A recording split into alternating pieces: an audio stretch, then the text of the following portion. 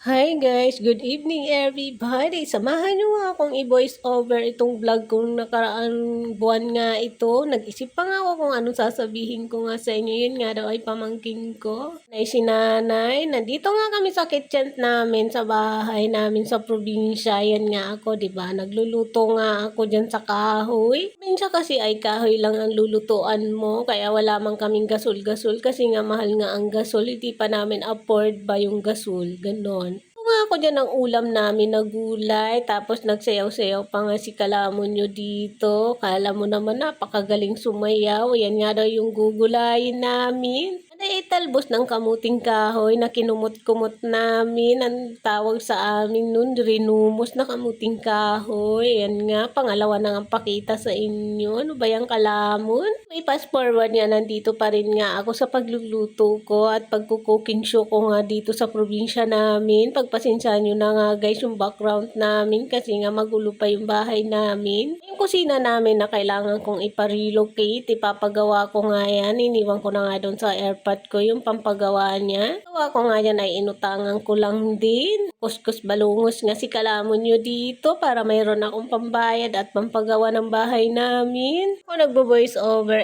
napapahinga ako ng malalim kasi nga nabusog nga ako. Kakakain ko nga lang ng hapunan. Tsatsa nga ako ng mga time na to pero sabi ko mag-voice over nga ako today. Tapos dumaan nga dyan si Kalamon nyo. O diba bulol na nga ako. Wala na nga akong masabi dito sa voice over ko mga guys. Kasi nga yan nga daw pala ay kinuha ko yung pangsahog ko doon sa gulay natin. Papuntong hininga nga ako pag nagvo-voice over. No, ubusan nga ako ng hininga. Ewan ko ba kung bakit. Ubo nga ako dyan, tapos ninipit ko nga para kasi ako dyan na wala lang, ganun lang. Ubo talaga ako dito guys, sa probinsya namin, atake nga ako ng asthma dito. Hila natin, hindi man ako ina-asthma, dito lang talaga sa probinsya namin ay inatake nga ako ng asthma. Buti na lang may nebulizer ako dito sa amin. Ngayon sa alaga ko, ewan ko kung kinabig niya talaga doon sa sahod ko. Tatanungin ko nga siya kung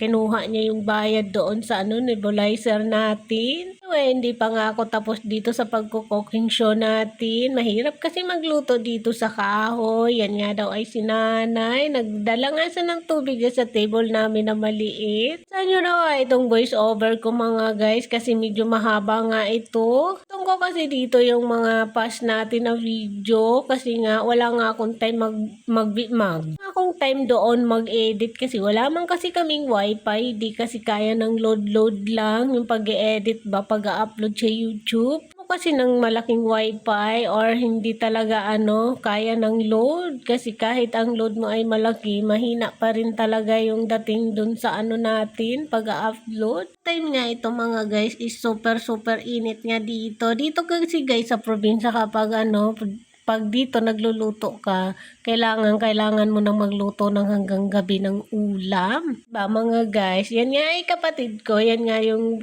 magtutulong kay tatay dyan. Binabayaran ko naman yan guys kapag tumutulong siya kay tatay. Sa kanya, gawin mo dito sa kusina. In-explain ko na nga sa kanya yung gagawin niya dito, yung gusto ko ba dito sa kitchen. Ngayon maglola, ayan nga, yung pamangkin ko na isa. Yung isang pamangkin ko ay anak nga yan naka-green kong kapatid. Ito nga ay kapatid, pamangkin ko din. Tapos yung pamangkin ko din yan mga guys. Tapos yun nga si nanay. Kagagan nyo nga, tamang higa nga dito sa sa table. Tapos ito nga yung pamangkin ko. Ito na naka-green ay kumakain nga siya. Dito nga siya minsan kumakain sa bahay. Yan naman si vlogger girl nyo, tamang tingin-tingin siya dyan sa paligid. Yung mag-ama at nagiinuman nga sa dyan ni tatay. Tapos tamang upo din dyan yung anak niya. Unya nga dyan na uminom din siya ng gin. Kaya pagpasensyahan nyo nga itong vlog ko mga guys. Tulog daw kasi nila yan guys ng tatay ko sa yung kapatid ko. Kaya nagiinuman sila dyan ng isang midget. Kasi na yan ay hindi makapag-iwalay sa tatay niya. Kaya lagi nakabuntot sa tatay niya. Kaya pa nga dyan nakapag-follow sa aming page. Kaya naman paki-like and subscribe. So yun lang guys. Thanks for watching. See you sa next vlog mga Kalamon at kapatay gutom. Good evening everyone. Bye!